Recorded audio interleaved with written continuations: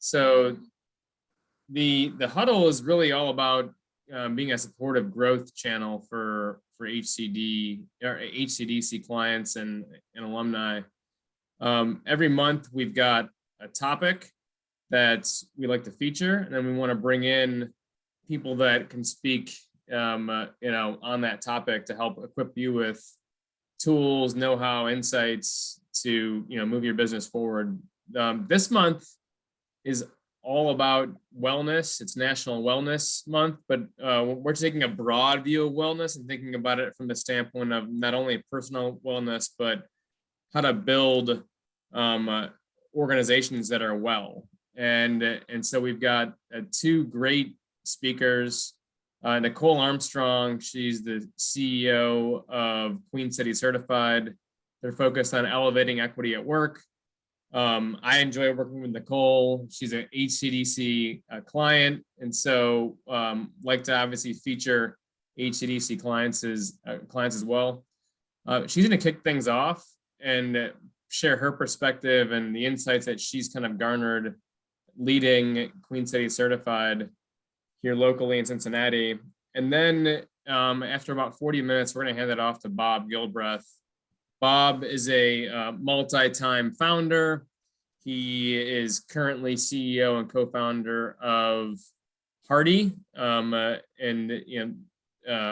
you haven't joined Hearty, you should go be in good company and join the platform. Bob also is a former P&G'er and exited a company called Ahology here in Cincinnati. So he's going to talk about building strong, high-performing teams. And so he'll close things out, and then I'll come back on and provide a preview for next month. So with that, are there any questions from anybody? We're recording the session, so it can be accessed later by others who couldn't make it. So with that, I'm going to turn it over to Nicole. Great. Thanks, Paul. Let me go ahead and share my screen. All right. So as Paul mentioned, my name is Nicole Armstrong. I'm the founder and CEO of Queen City Certified. Excited to be with you all today. My organization exists because talent isn't limited by identities like gender, race, or sexual orientation, but opportunity often is. And I'd like to share this little stat because I think it's a bit mind-blowing. So when we think about a final pool of 4 candidates, if there's only one woman or one person of color, they statistically have 0 chance of getting hired. Yeah, 0 chance. And so we are at Queen City Certified, the nation's first employer certification and leadership program for workplace equity. Our goal is to really help businesses create workplaces where people not only want to work, but can thrive. So we're thinking about well-being, particularly when it comes to workplace culture. And we do that using data, community building, and third-party certification. In many ways, we're sector agnostic. Employers have a lot in common, regardless of what sector they're in. So we work with employers of all sizes and from diverse sectors, including manufacturing and law, philanthropy, arts and culture, government, you name it. Now, the business case for diversity, equity, and inclusion has already been made. We know that companies with the highest representation of women in top management experience 34% greater returns. And racially and ethnically diverse companies are 35% more likely to have financial returns above industry averages. And we're talking about building high-performing teams today. And did you know that diverse teams are better at actually making decisions? So in fact, research has found that decisions made and executed by diverse teams deliver 60% better results than teams that are homogenous. So it's really important when we're thinking about the impact, not only on our businesses, but on our business results. We also know that 67% of job seekers consider workplace diversity when deciding where to work. So creating a diverse and inclusive workplace is a business imperative. It's not really a nice to have. And that's why it seems like everyone is talking about diversity, equity, and inclusion today. We've all seen graphics like this on social media. A lot of employers are talking the talk, but we actually help them walk the talk. So systemic challenges actually require systems level solutions. Now, you might be wondering, what do you mean by that, right? Well, a lot of our systems have been designed as if the white male experience is universal. It's the reason pictures of named men in high school history textbooks actually outnumber pictures of named women by 18 to 100. And it's why Alexa and Siri often don't recognize the voice commands of people with accents. Less than a quarter of our children's books contain characters from diverse backgrounds. And it's why so many workplaces offer programs to help women and people of color lean in or gain confidence or build leadership skills, right? But I have never found a workplace that offers a program to help white, able-bodied, cisgendered white men be less overconfident. If you know of one, let me know, because that would be interesting for sure. Of course, there's nothing wrong with being white and male, but when we treat a singular experience as universal, we end up creating systems of disadvantage. We end up focusing on helping people adapt to systems that were actually never designed with them in mind. And then those biases are built into our workplace policies and practices, often unintentionally, but they can have consequences that follow a person throughout their lifetime. So it's really important that we design workplaces that promote equity in order to respect and embrace difference. Now, equity and equality are often used interchangeably, but they aren't actually the same thing. So if I were to tell you that in appreciation of your attendance today, you'll receive this pair of shoes in a size 10, how many of you could use them? So you can do that, just drop it in the chat. How many of you could use these shoes in a size 10? Anyone?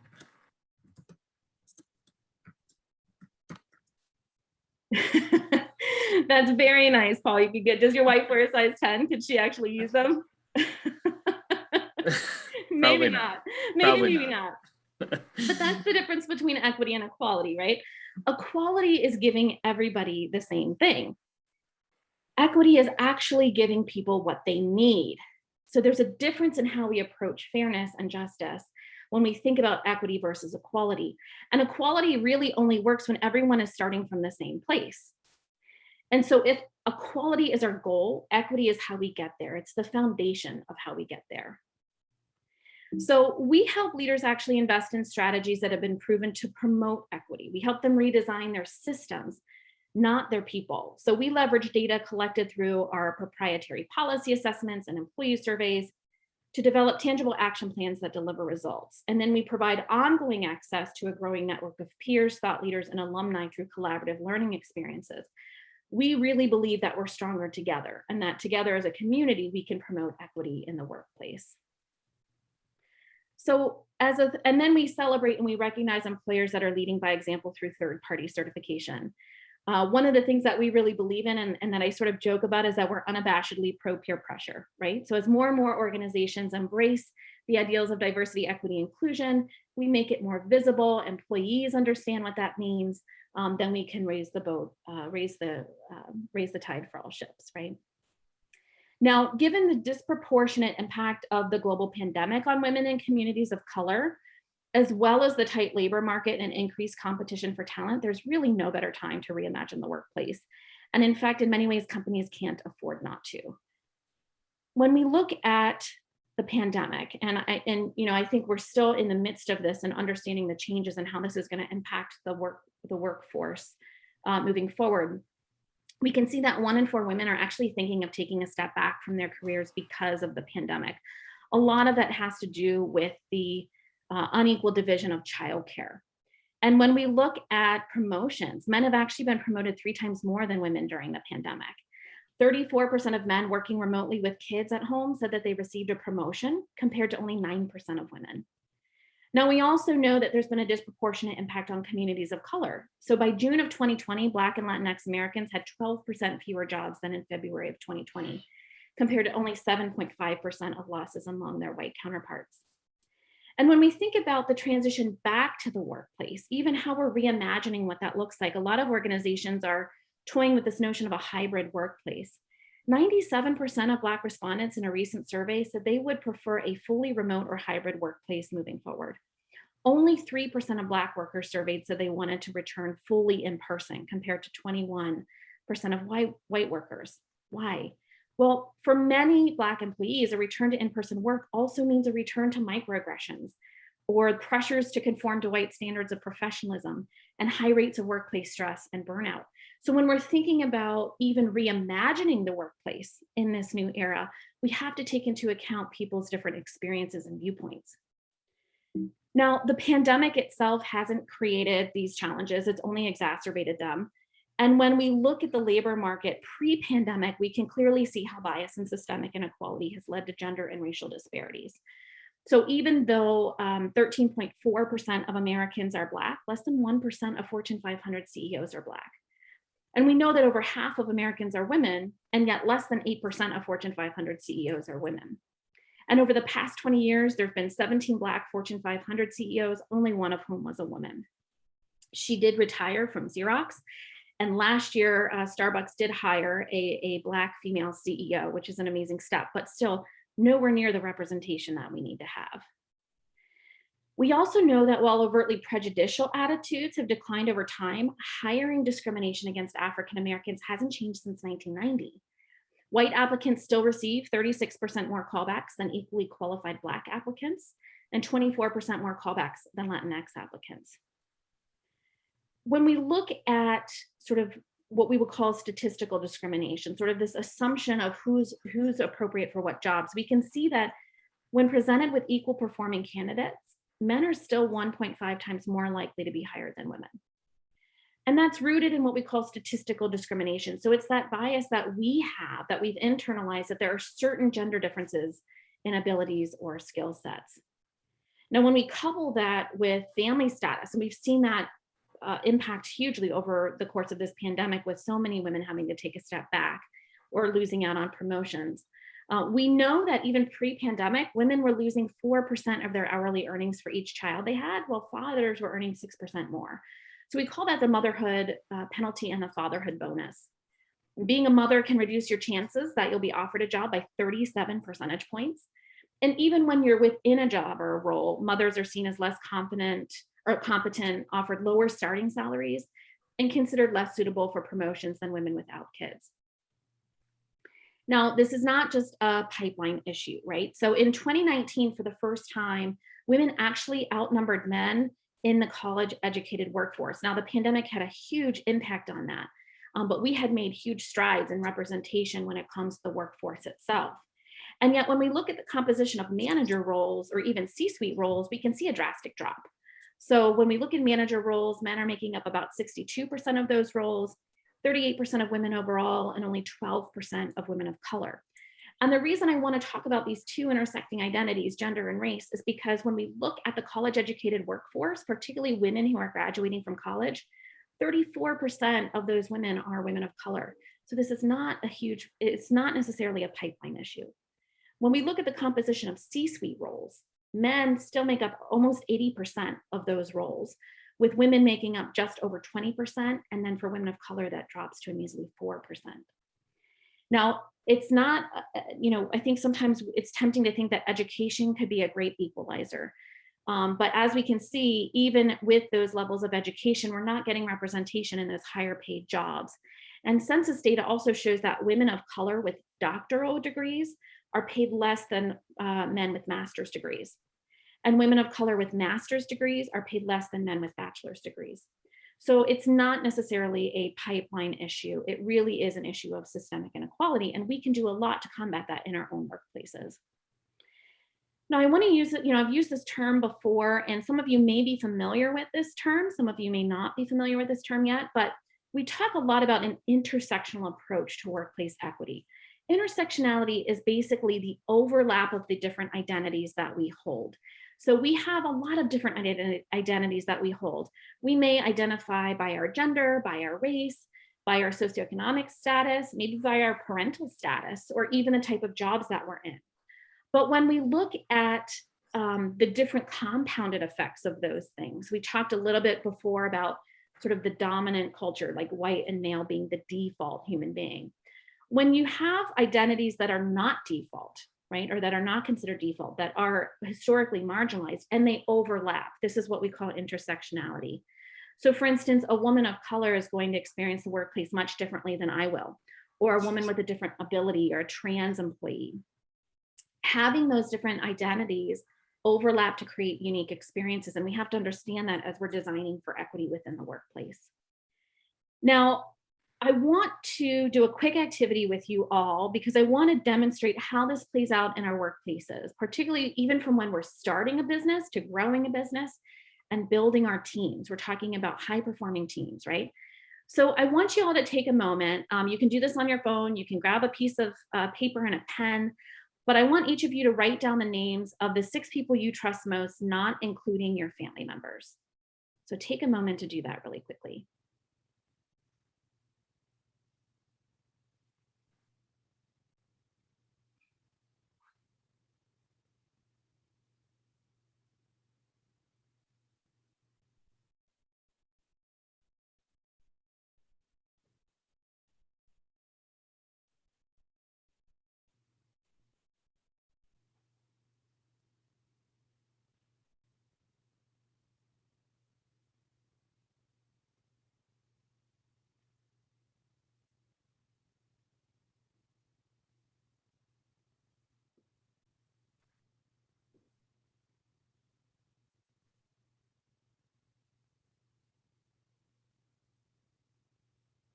Okay, give me a thumbs up when you've got your 6. Okay. So what I want you all to do is put a little check mark by the folks who share some of the similar identities that you have. And I'll go through those, but just put a little mark by the names of the folks who have maybe, we'll start with the same gender. So if anyone on your list shares the same gender as you or the same gender identity as you, put a check mark by their name. Okay, same race. So if the folks on your list share the same race as you, put a check mark by their name. Same nationality.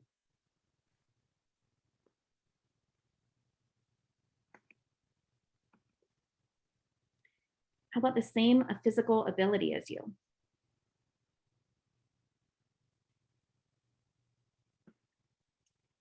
Maybe if they share the same religion, put a check mark by their name.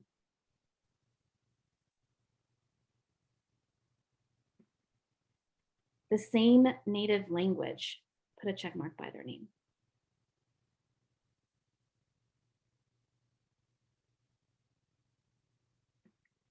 And if you know this and you know that they share the same sexual orientation as you, put a check mark by their name.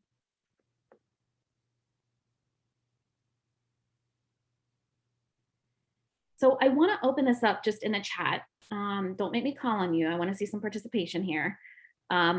What did you notice about your list? You can either, since we're a smaller group, feel free to unmute and share what you noticed, or if you feel more comfortable, you can also drop it in the chat.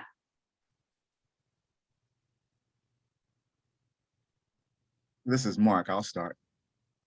I have 1 male, 5 women, 1 white woman, and the person that I had the most in common with was the male. Great. So it sounds like your list is relatively diverse. It is. That's great, Mark. Did other people notice the same thing, or did you have a different experience? I mean, I think I was almost 100% same on all those. Same 100% same. as me. I was half men, half women, but that was the main thing that was different, and then everything else was pretty much the same. Yep. And Anthony mentioned too, mine are all pretty much the same. Yeah, it's sort of this human tendency to gravitate toward people who are like us, right? So we actually call this affinity bias.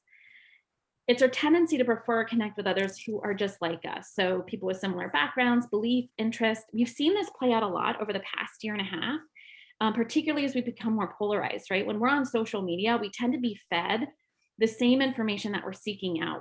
We actually look for confirmation bias. So not only do we surround ourselves by people who look and think and act like us, but we also want to seek out information that confirms what we already believe. So those kinds of biases, that's a natural sort of tendency to prefer connect with others who are like us. That is just one type of cognitive bias that can influence our decision making. And I'll use this example because I think it's so poignant in sort of the startup space. I had a conversation about with a startup who's trying to develop some software that could mitigate bias in the interviewing process. And as we're going through this conversation and they're telling me about how they're building this out, I asked them, well, how many people on your team are people of color? And they had nobody represented. It was a completely white team. So they had some balance of gender, but even when we were thinking about the questions that they were asking within this interviewing framework, it was from a very white perspective, right? White, middle income sort of notion of what professionalism is. So sometimes when we surround ourselves with people who look like us and think like us and act like us, we are not addressing our own blind spots. And that can really diminish the quality and the function of our teams, right? We can't be high performing teams if we have these major blind spots. And so it's really important that we think about redesigning our systems so that we can disrupt some of these biases, right? Whether it be affinity bias or the halo and horns effect, or all different kinds of biases, these cognitive biases that we all have. We have to find ways to redesign our systems to disrupt them so that we can address those blind spots and make sure we're designing workplaces that are going to allow everybody to thrive. That's not only good for business, it's the right thing to do, right? So, we kind of view it as, well, what if we can change things? Well, we absolutely can. And I'm going to share 3 steps with you today that you can take within your own organizations or even bring back. Feel free to share these with other folks as well if you think it can be helpful. But there are 3 things that we can do today within our own organizations to address this. So the first step is really to think about doing a deep audit into your organization's policies and practices. What we're trying to do here is identify and remove any systemic bias, whether that's in recruitment and hiring, employee benefits, performance evaluation, promotion, compensation. One of the best examples of this is referral networks, right? Sometimes a lot of jobs are filled through referral. But can you think of some challenges that might occur if we have affinity bias and we're referring folks? Who are the folks we're referring? They look like us, they act like us, they think like us, right?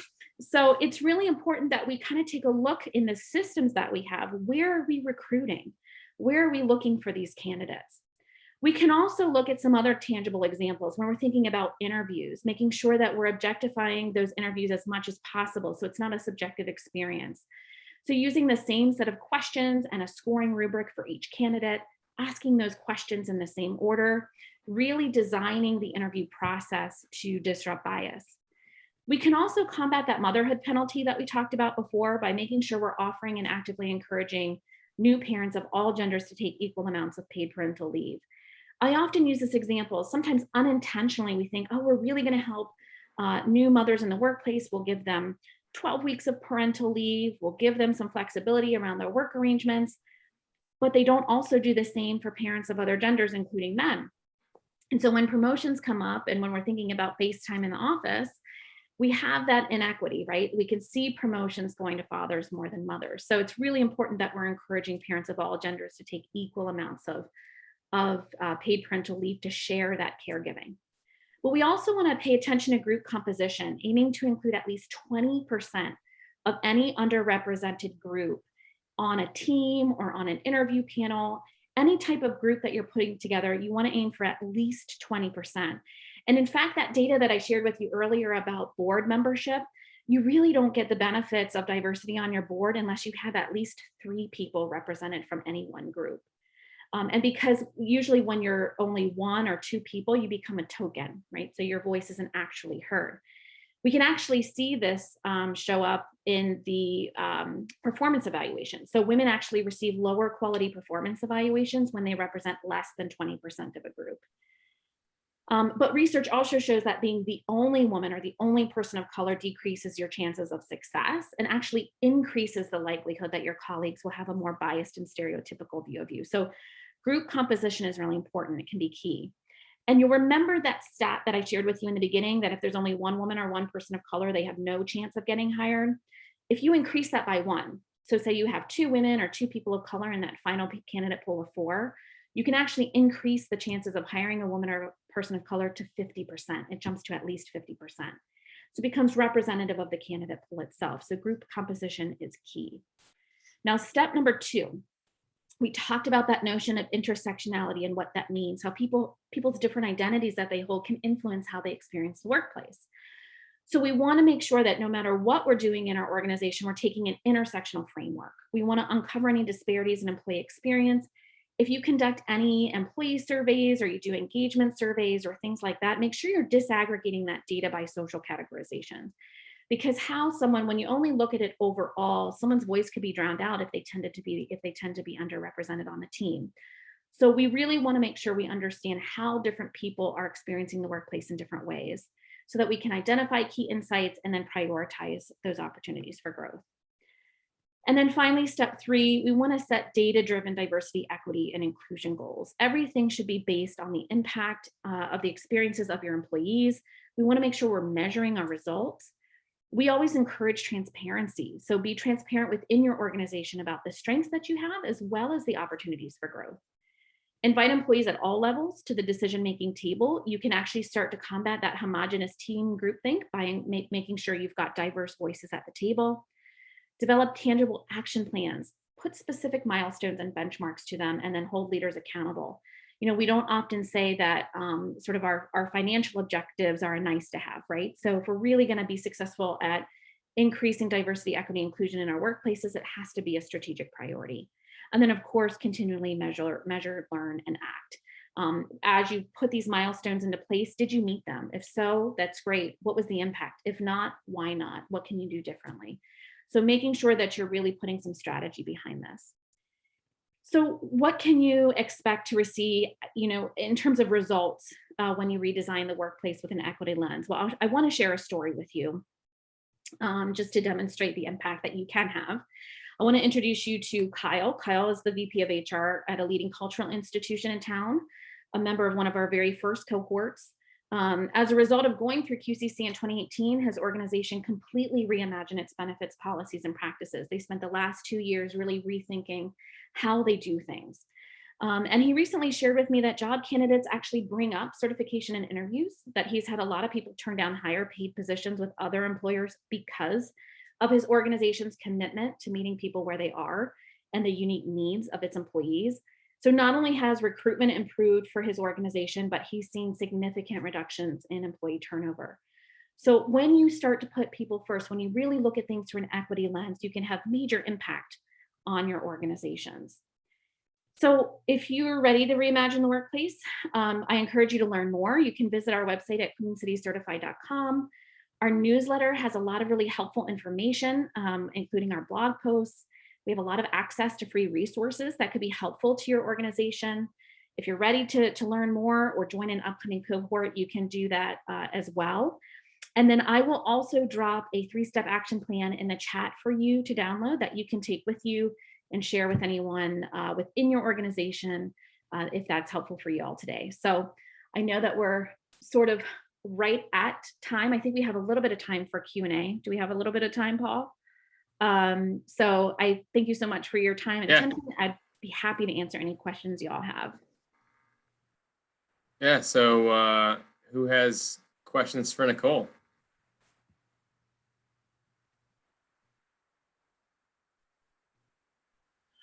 I just have a statement that, Nicole, that was a well-delivered and informative presentation. It was very helpful. Thank you, Mark. I appreciate that. Yeah.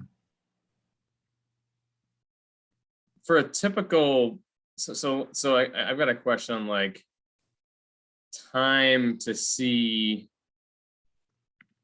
how long does it take, so to speak, right? For an organization to, I wouldn't say realize they have a problem, but maybe like say, hey, you know what, I want to make this a priority, to then, hey, you've got an, kind of a supporter, right? That wants to kind of take a bit more of a dedicated, like active approach to making or influencing their own organization, making a change, to then getting people on board, going through a process to, take this 3-step action plan to then start to see results. I mean, what's a typical, it might not be anything that's typical, but like, what's that kind of like user journey, so to speak, that you've seen typically?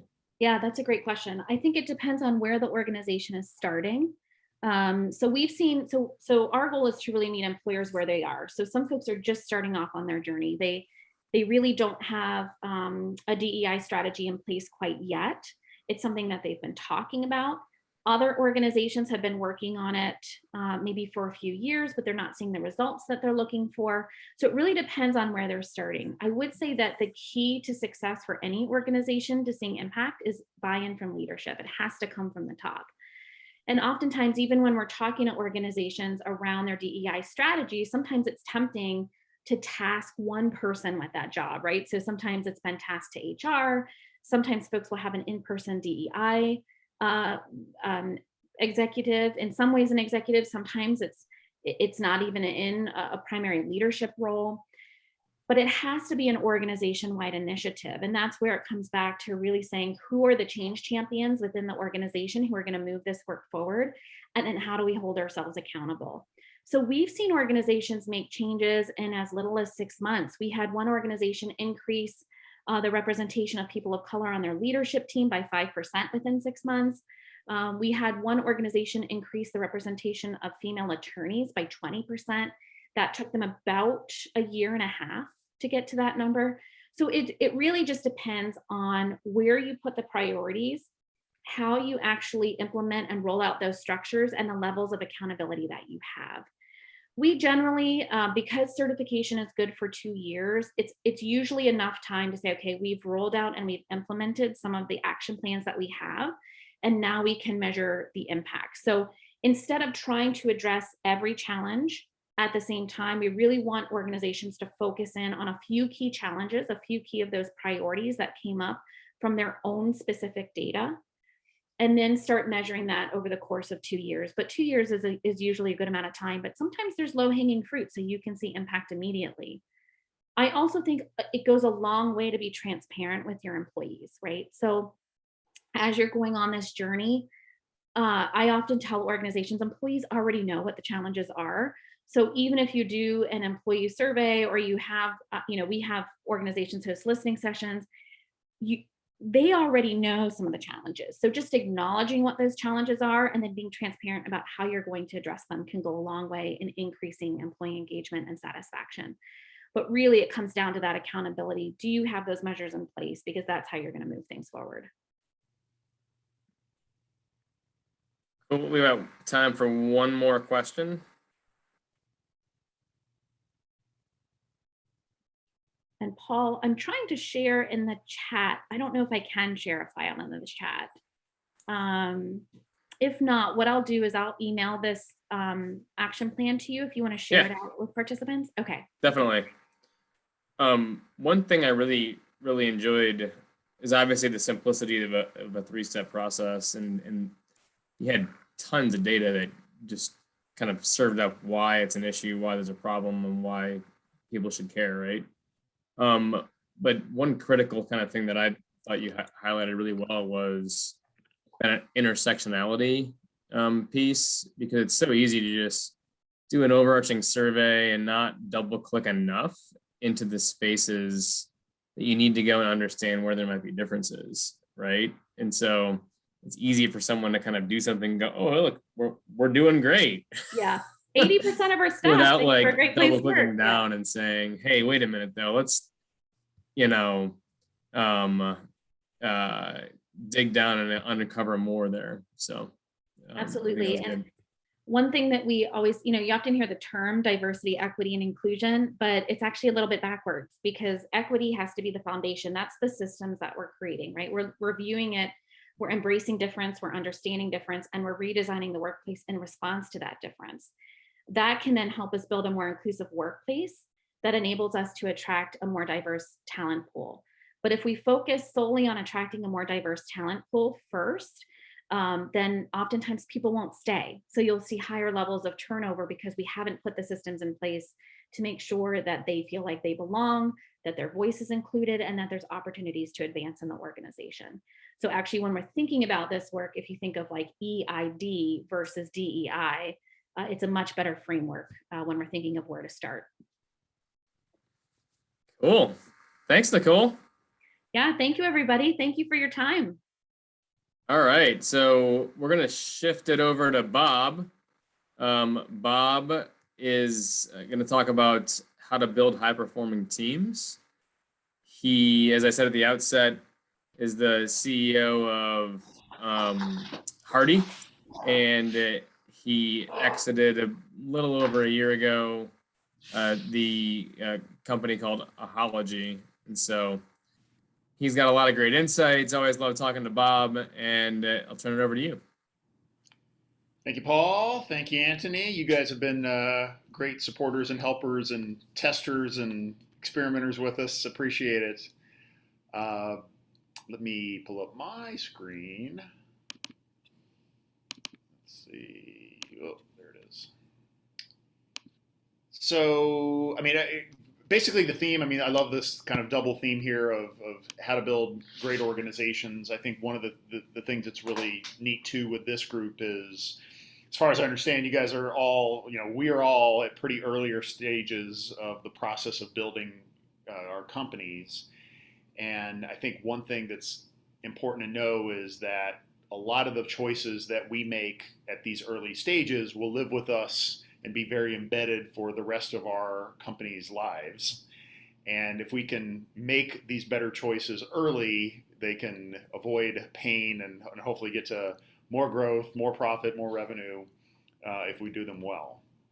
And I think I'll just kind of give you my again, kind of hit my background already, but the summary of how I got here, I think, I think my teams and I have developed a pretty good way of building organizations, and that's come through both, good and bad decisions over the years. As Paul said, I started off in the Procter world as a brand manager working in new products, which is kind of a neat, entrepreneurial side of a big company. And then I left and joined some friends to be an executive at a digital agency that was called Bridge, that we grew and sold to WPP, a big global agency holding company, and then started Ahology right after that. Sold that to Quotient Technology, a public marketing tech company. That was the one that just ended a little over a year ago. The $50 million each on those, both in Cincinnati. Both were about 8-year runs for each. And in that process, hired hundreds of people at the center of knowledge work and digital work, people that were extremely talented. Some we pulled from outside, some we were homegrown right out of college. And I'd say the thing I've learned more and more over time and getting some success is that culture can be a competitive advantage, and it really was in all three of those companies. We sold different things, we did different things, it was different types of work, but that's the one thing I've learned, and I think the thing that's most missing. So what I wanted to share today is really that kind of blueprint of 4 elements that I believe are key to getting that high performance organization, that it doesn't matter what you sell, whether it's cryptocurrency or sand, sitting on the river. If you get this right, you can build an amazing business. And I think this is increasingly, as you get your company off the ground of whatever you're making, your job as a leader moves from helping figure out the product, getting the product market fit, and more around figuring out how to be an engineer of the organization. And so that's what I want to share and hit on today. And then at the end, I'll talk a little bit about what I'm working on now that is related to this, and I think could have some relevance for your groups. The first piece, I always kind of start with this, and hopefully what this comes to mind when I show you is the classic kind of company org chart, where we've seen this many times, many companies. There's a CEO at the top, there's the executive team, there's the middle management, and there's the worker bees at the bottom. And almost every company has this kind of organization and shows an org chart in this way. But this first thing I believe is that what we really are doing and need to do is change the mentality so that this turns around. And the top of any organization is really the people who are on the ground, meeting with clients, writing code, producing the product, delivering the service. They are the ones that are the top of the org chart. And we as managers or leaders are there to support them. And that mentality gets into that first kind of leg of the school here, which is giving people the ownership. And the mentality to have here is that, even at the most junior level, we are hiring people to do a job, and we need to give them the freedom, the ownership, and accountability to do that. And so that means if you as a manager if you're doing the work, something's wrong. And this happens all the time. A lot of managers get there because they're good at doing work, but they don't know how to trust and become more of that servant leader. So this is what ownership does, is when you say, let's take the junior person and give them the accountability and responsibility. Why to do that? Several reasons. The first is they're close to the client, they're close to the product. They should be able to make the best, fastest decisions because they're right there. And they see that in real time versus waiting for an email, waiting to write a memo, waiting for your response. Also, when you give people that ownership, they rise to the occasion many times. They learn to make better decisions because they're the ones who have to live with them. And this even is more important after they make a mistake. We learn from our mistakes. If people are repeating mistakes, then you've got a problem there. But giving people enough rope so that, they're going to mess up once in a while, but knowing that as owners, they're going to feel it, feel the pain, learn from it, and get better from there. Another part of ownership kind of goes to this idea that, if you whenever you're in a situation where you don't have clear ownership, that's going to lead to failure. If everybody owns something, reality is no one does. And when a number's not being hit, when a deadline's not being hit, when a client's not satisfied, you kind of can point the fingers at each other and then nothing's really getting done. So having that clear owner and trying to push that ownership down as much as possible to more junior people, huge key, and really what human beings like. We love to have the ownership. We love to be able to make decisions, live with it even with our mistakes, and we will rise to those occasions. The second piece comes in, and I think, some of this presentation is based on both what I've learned as being an entrepreneur and building teams, but also selling a couple of companies and then suddenly working for someone else, which is a lot less fun, I'll tell you that right now. And one example of how you feel that is I remember at my last company when we were under an earnout and I had a boss for 18 months, once a week I would get a question from him on email or text, and he would go, hey, could you give me this number, of something? And I would just sit there and just get frustrated with that. And, here's another number he wants. Here's another number he wants. And I remember sitting there and trying to be a good self-observer. I remember going to myself and saying, why is that so frustrating to me? Why am I pissed that he's just asking these seemingly random questions? And what I realized is that I want to know why. It doesn't feel great when someone's asking for something or making an order, but not giving the why. Why is this important? Why are we doing this? Why are you asking this? And it really comes into just human respect.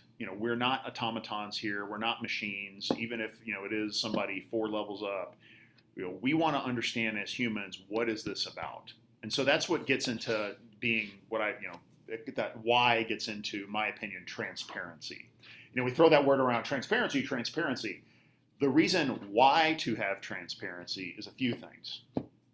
The first is if someone on your team who works for you doesn't know the reason for that change or request, they do assume the worst.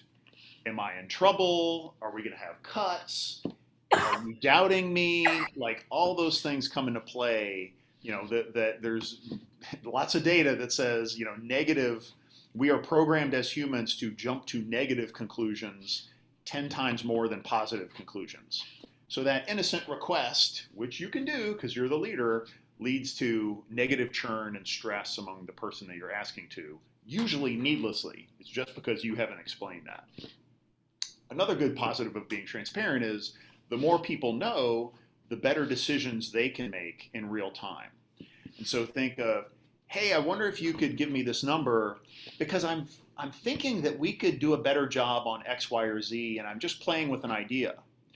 And imagine you ask someone that, and not only do they feel better, okay, got it, now I understand. They might go, oh, you're working on that. I've got an idea for you on that project. Or here's something I've been thinking about too. Or, oh, I'd love to, let me get the data and then maybe we could talk about it. So much more productive once you kind of bring somebody in by being transparent. And this also leads to syncing input. Just overall, it's better decisions. So if you're sharing what you're doing and being transparent about what you're working on, where you want the company to go, the positives and negatives, that can lead to just more input. So the more you share, the more input you get, and the more better decisions you might make. And then overall, it's just kind of this idea that even in, if you're an early stage company, you're going to have the ups and downs. Sometimes as a leader, you feel like you need to, not share this, or that people are going to quit if we're, sharing more about how much cash we have in the bank, or that this client is frustrated. Let's insulate them. The reality is that openness and honesty, it's just, people want that. And again, they'll jump to conclusions if you're not being transparent. And then for you as a leader, if you're trying to hide things, that causes stress for you, because now you're wondering about, who can I tell? Who can't I? What if this gets out? You know what? It's just a lot less stressful to be open and honest about it, and take it as it comes. The third element came from something I learned in working with a client at my agency several years ago. Was Red Bull. And I had a good friend there who he was a client of ours at a previous company, and then he moved over to Red Bull and brought us in as an agency on that company. And we had built a friendship over the years, and he was like, Bob, I got to tell you about the hiring process at Red Bull that he had just gone through successfully. And he learned that in the interview process there, all of the questions try to get at whether or not the candidate has within them a characteristic that matches the 10 different characteristics or equity points of Red Bull. For example, one of the internal equity points of Red Bull is mystery. Anything about Red Bull has to have a little bit of mystery. That's part of their DNA and how they do things. And so they wanted to make sure they hire people that also have a little bit of mystery. And really weird thing to do. And then kind of in their process, I think they have 4 or 5 people interview you. They barely look at your resume and your skills. All the questions are trying to get at these, do you share, the brand, your personality with the brand personality? And if just one of the people who interview you don't think you have one of those characteristics, you're not going to get the job. One example of how that came into play, he told me a few years later, is they had a new, the business in the U.S. was kind of suffering. They fired the head of North America, and they brought in someone else who was an older, kind of longer term Red Bull executive. And the person came in, and the first thing that he did was said, I'm canceling all of our strategy meetings. We hired you because you know the brand. Just go do what you think is right. Who else says that? No one else. I've never heard a story like that before. But when you have people who are the brand, they'll do that. And we saw that like in Red Bull, by far the most interesting client creatively. They were coming up with ideas. They had us as an agency more as partners to bounce things with, not as like an outsourcing of the creative ideas. And that's led to them being a very powerful brand. And so this gets into your business. What I'd say is this is where you're looking for values. Do the values of the people setting the values for your company, and then bringing in people who share those values. So there's the piece of that is that if we have some beliefs about how we want to work and some skills, and we have similar likes, that can make better decisions that go with what the brand is looking for, and better work that we're doing together. And so this can come, from lots of different things. It can come from just like the type of business that you're in. It can come from product differentiation. I think that, this is a different way of looking at recruiting. Obviously, it's the interview process, as I said, but it's also being very transparent about, hey, this is a company for people who like X. We at my company Ahology, we created I think it was like a 20-page manifesto of what it's like to work here that we put on our website. And it was very much like we hoped that people would get excited that, oh, this company, this is what it's really like here. That's me. We also hope people would read it and decide not to apply because we weren't what they were looking for. And again, that saves a lot of people time on both elements there. And so some of the things that were in our Ahology values that we interviewed for were things like creativity. We were an influencer marketing technology company. It was a key differentiation of us is to have higher quality creative. That's one of the reasons we were growing and beating our competition. And so our mentality was we want to bring in people who have a creative spark. Doesn't mean they're all designers or photographers or, but they have something creative. Like they've got an itch to create something. It almost didn't matter what it was, but in their sphere, they were creative thinkers and could appreciate that. We also needed people who were curious. So that was a value that we were looking for.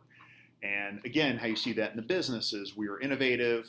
We were taking the current influencer marketing world and adding more innovation to it versus our competitors. And that starts with people who are just like curious about how the world works. And so those were interview questions of, tell me about a time when you were curious about something and brought a new idea. Could be anything, in work, out of work. Another one was we called two companies in a row, my two entrepreneurial companies, we valued this one, productive paranoia. And think of this as, I think I stole this from Microsoft many years ago.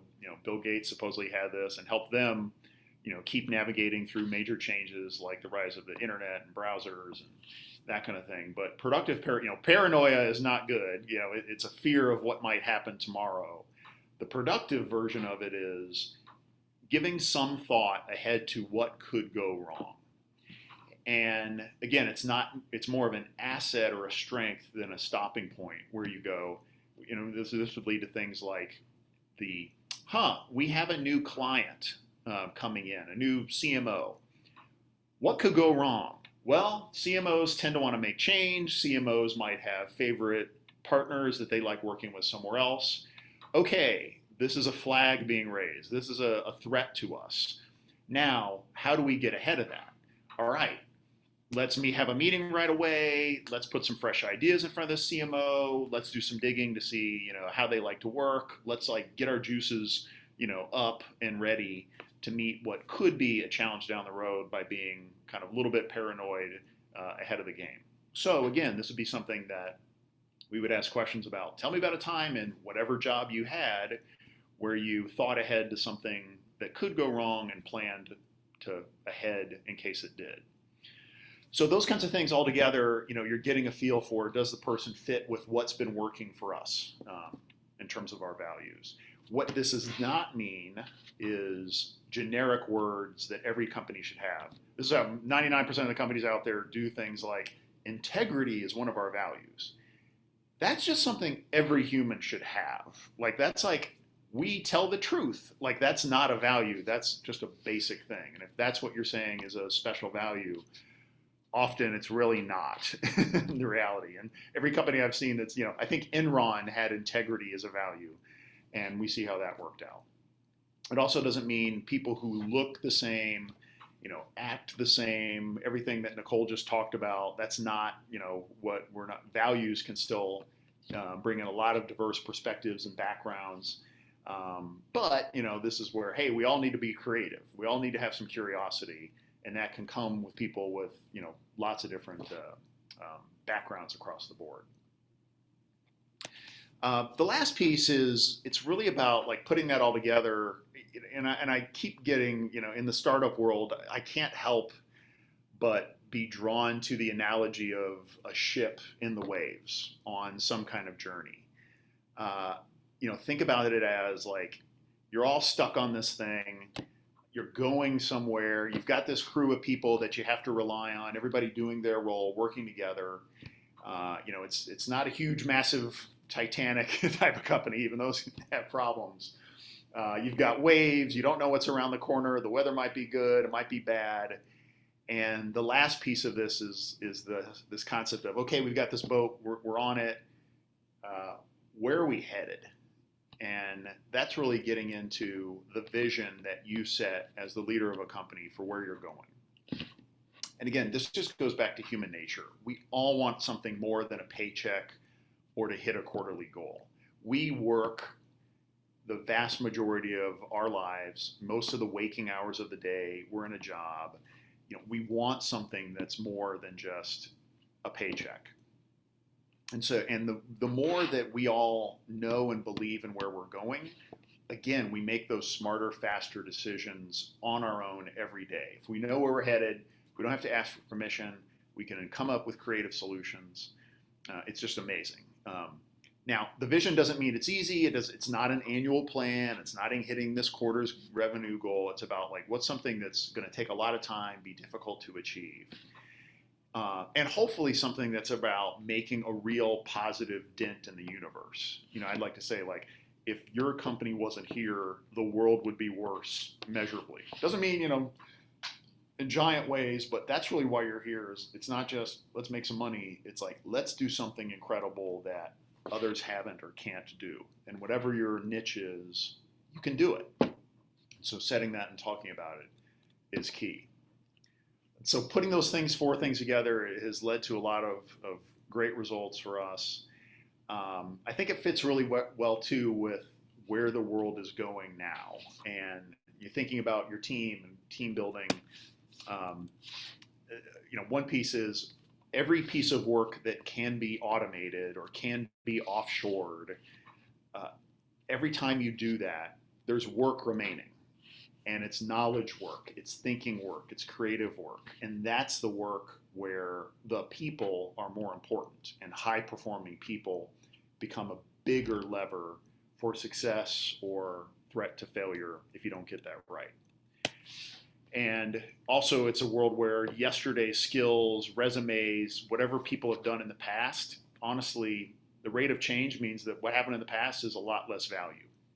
It's really about people with raw talent, raw skills, motivating them, getting into their passions. Again, some of those, if you're looking at past accomplishments, you could argue that it's negative value because people are often stuck in the past and think, the future is just doing what they did before. Meanwhile, we see this right now, the demand for top talent is rising. All those knowledge work jobs that are there, as we've automated a bunch of stuff, that's only increasing. The reality is the supply of talent is shrinking. So the millennial generation was some of the biggest groups of graduates from college. Now it's shrinking. Just people coming out of college. It's not about college graduation rates. It's just the population is shrinking. People are leaving the workforce for various reasons. So there's more demand on finding great talent. And the options are really, I think, one of two. You can either try to pay the most money and attract people who are looking for the most money, or you can build a place that brings humanity to work, that people want to work there. Yeah, competitive pay, of course, competitive benefits, but thinking this is a place where I'm bringing more of myself out, I'm feeling challenged, I'm working with people that I love working with. That's a priceless thing that is both great in the business and then translates into amazing business results if you get it right. And so I'll just talk a little bit about that led us into our company Hearty, which probably a lot of you guys have heard about. This is where we sold our company Ecology, and a couple of us said, hey, we love doing the startup thing. Let's do something that tries to scale some of these things we've learned in building organizations. And with that, we decided that a key thing for us was working our networks to find amazing talent that other people on a very broad basis have telling us fit with what we're looking for and would be great for us to work with. And yet we also saw that it's getting harder and harder to find great people. It's hard to ask your network for help. LinkedIn is a mess. Most connections on LinkedIn are not real relationships. And it's hard to just ask people for help. Who do you ask? You know, when you're hiring for X role, you got to go through a process and say, who knows people? Who's going to respond to me? What form of media should I ask them to respond in? And Nicole made a great point that when you tell someone, hey, who do you know? That immediate question, you tend to only think of a couple of people, and you tend to immediately think of only the people that are close to you and look like you. And so that led us to say, let's create a new solution, a new professional recommendation network that's all about recognizing and representing proven talent. And so Hearty's think of a professional social network, an app where members come in and we are recommending the people that we know and trust to leaderboards around skills and interest and roles. And that helps build up reputation that's really been missing in LinkedIn and other places. So just show you real quick, like how to use it. And this kind of is in a mode of, say, if you're looking to hire someone, this could be a full-time hire, it could be a freelancer. We've got leaderboards for investors. We've got leaderboards for startup finance people, part-time CFOs, lawyers who know startups, IP experts. I mean, we've got a ton of different folks, mostly in Cincinnati so far, but we have definite plans to expand. But anyway, say if you're looking for a software developer, you go on to Hearty, go to the leaderboards and search for software. From here, you can see the examples of software-related leaderboards that we have. You can then go in to, say, the software engineers leaderboard. Click on that, and you can see this list of crowdsourced people that have been recommended by the peers that they have worked with. So they're listed in order of how many recommendations that you've received. But it's definitely, so there's a little bit of a competitive element, but it's more in fun.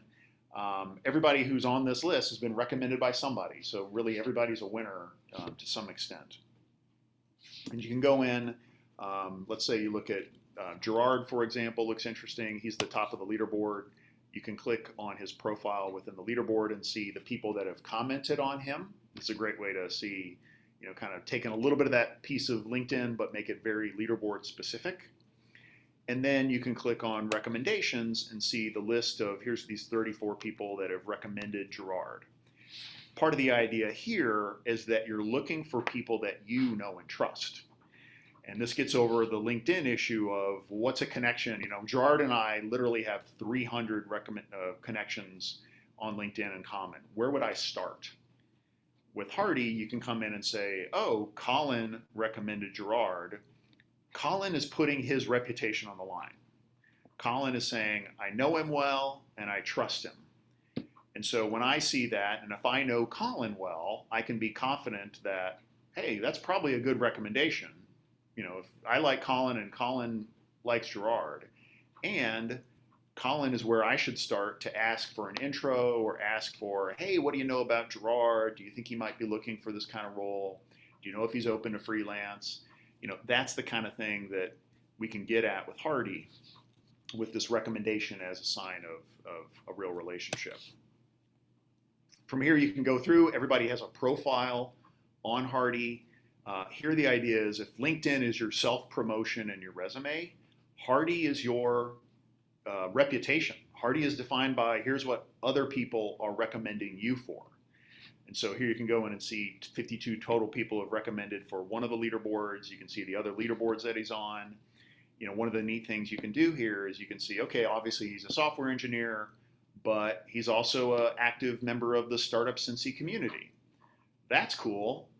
If he's active in the community, he's probably up for being a mentor. He's probably up for, taking a meeting. If you're looking for some advice, this is the type of person who's a giver. He's a helpful person in the community.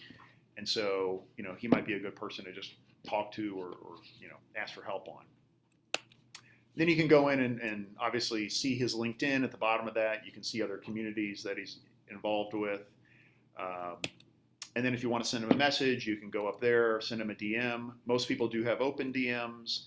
If not, you can ask for an intro to talk to Gerard, and we'll help arrange that.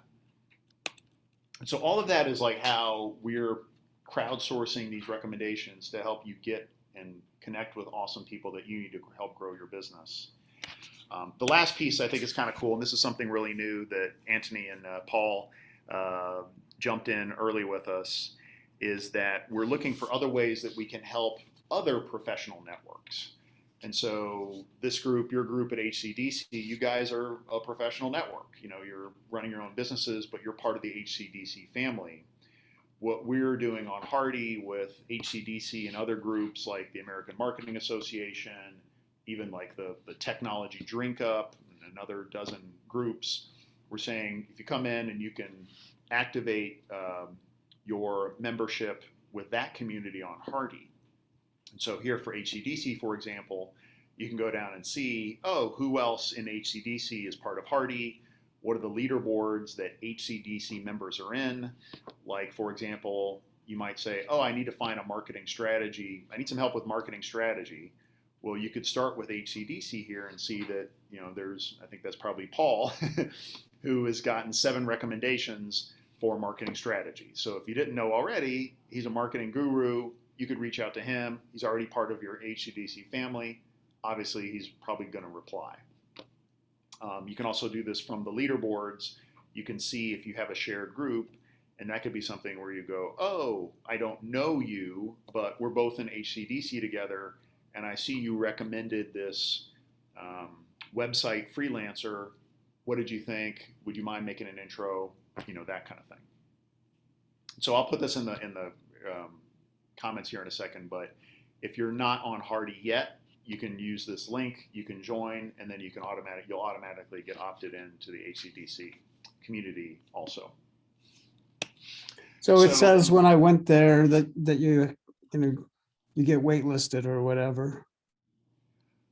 Yeah, if you go to, did you just go to like the regular Hearty website? Yeah.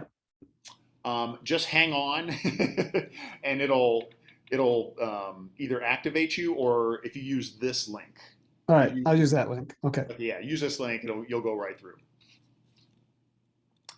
What else? So just some things we're doing so far. I mean, I think we're pretty close to critical mass for a ton of key roles in Cincinnati. We've had over 1 million LinkedIn imports. Actually, I need to adjust that. We're at 31,000 total recommendations by members. About, it's hard to see exactly what's happening. I mean, it's, but we've got evidence of at least 50 jobs getting filled because we existed. So we're making a dent so far. And then we're also starting to help some companies kind of, if you're needing some help besides this kind of on the service side, we're starting to help out some companies that are doing searches that's more like a referral type fee versus a headhunter type fee. So happy to chat about that as well. But, any questions, thoughts on any of this that I shared? Any questions? And I've got a couple, but I want to open it up to others first.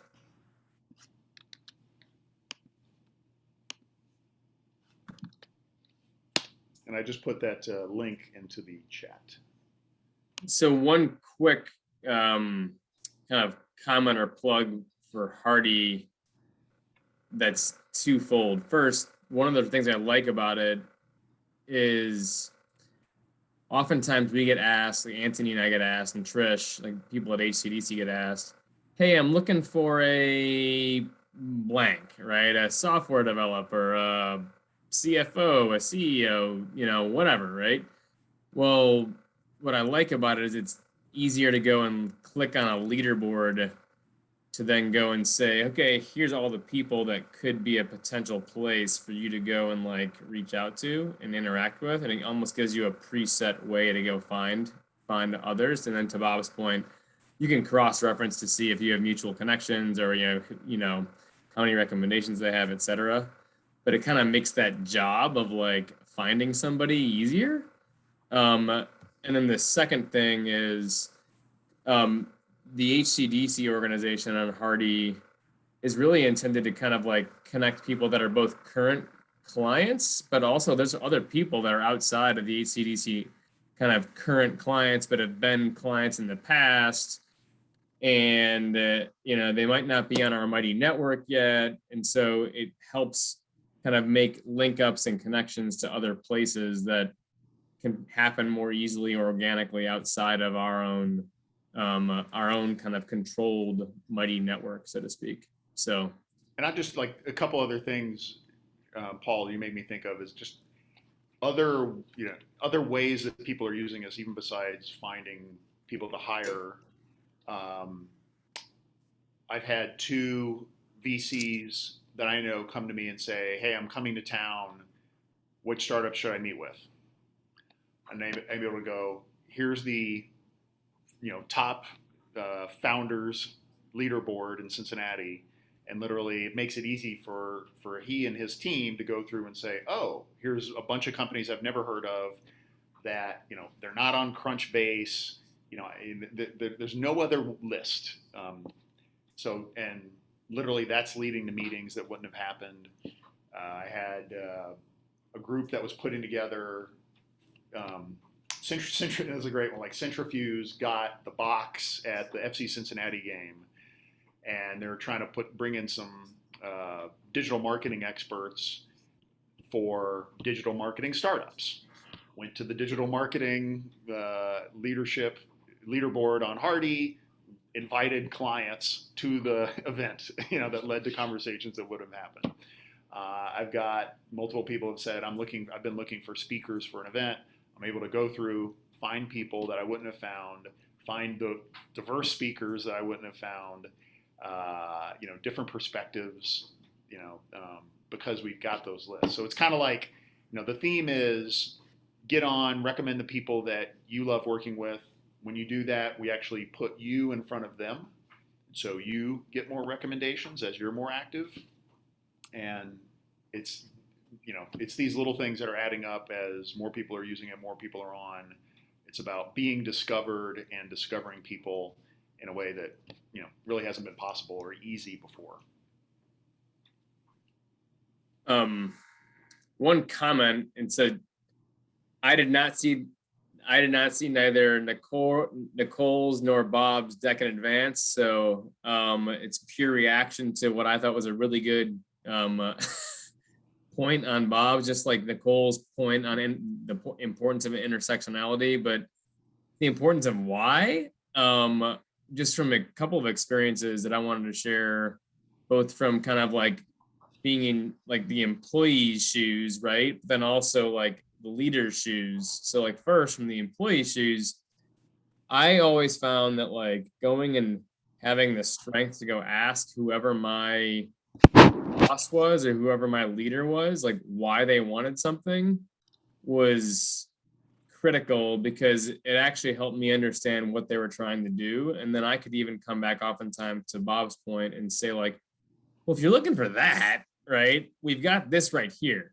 right? Does that answer your question? It would even drive efficiency, because you could provide an alternative way to answer a question that might scratch the itch, and then engage in a conversation to gain more insight on where they were going or what they wanted. And then the second thing is having like I'm a big context person, and so like I like to share more context when I ask for certain things. And typically it's because when I found that I share more context with why I might be asking for something with somebody that's like a team member on my team, then they oftentimes will come back with a better answer than I probably could have created or found on my own, or they do it faster. And so they end up, so I remember when I was at Gallo Winery, we would always have these monthly board meetings with the CEO, and I always shared where the agenda was going, what we were trying to accomplish, and what we were trying to like the messages we were trying to convey.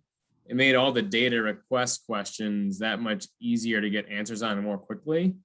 And it didn't come with transactional mumbo jumbo as much. So anyway, love that part.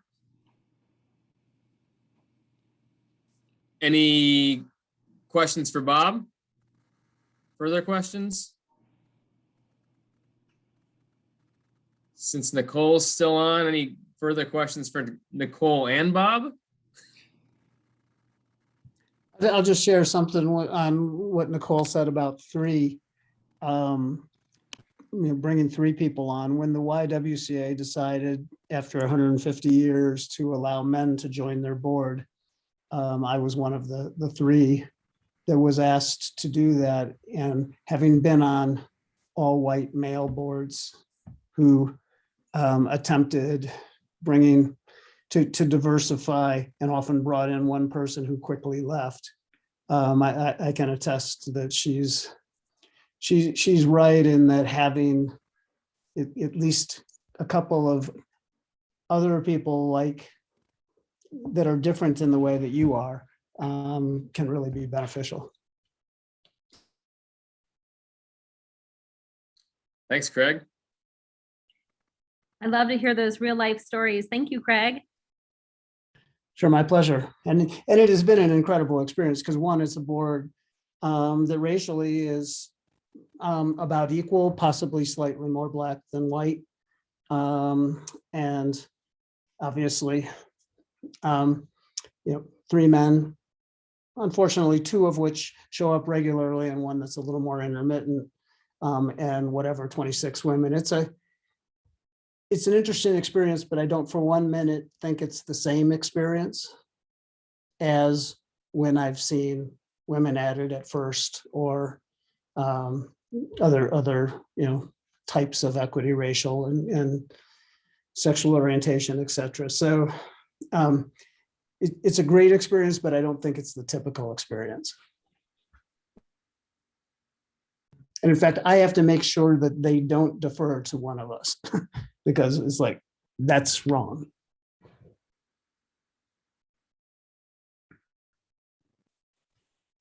All righty. So next month is strategy month. So that will be the and think business strategy. And there's lots of different areas of business strategy. And so what we're going to be doing is we're going to bring in a speaker. Nothing against Bob or Nicole, but we can't go to the well too often here. But we've got a guy named Larry Kavanaugh who's going to come talk about business strategy. He's runs a company here in town called Navistone. He's started at HCDC. He's had multiple exits. And we're also looking at trying to find another speaker to kind of pair up. We like when we have the kind of the two speaker component. And so listen out for more of that. But one thing I would love is we're going to send out a poll in this out on our Mighty network. But would love, since we've got a few minutes, if there's anything that people wants to add, is like, hey, what are your biggest kind of strategic challenges that you're facing right now? Because then we're going to gear all of our content next month in polls and blog posts and discussions around this topic of business strategy. And feel free, you don't have to, go off mute. You could just toss it in the chat. We want to take a second though and collect anything here. And so, is it things like exit strategy? Is it things like business books that are, good for defining strategy? Is it consultants? Is it pricing strategy? The world is your oyster.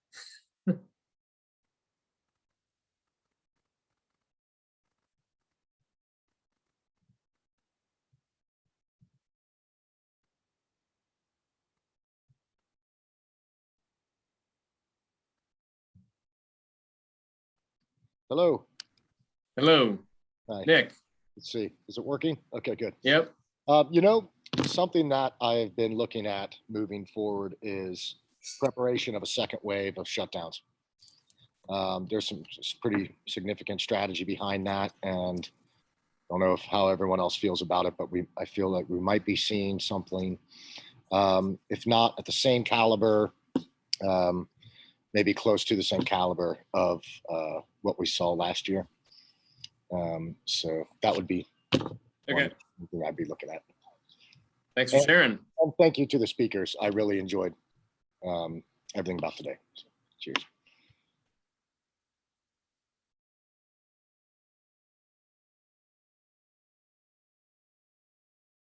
Anybody else?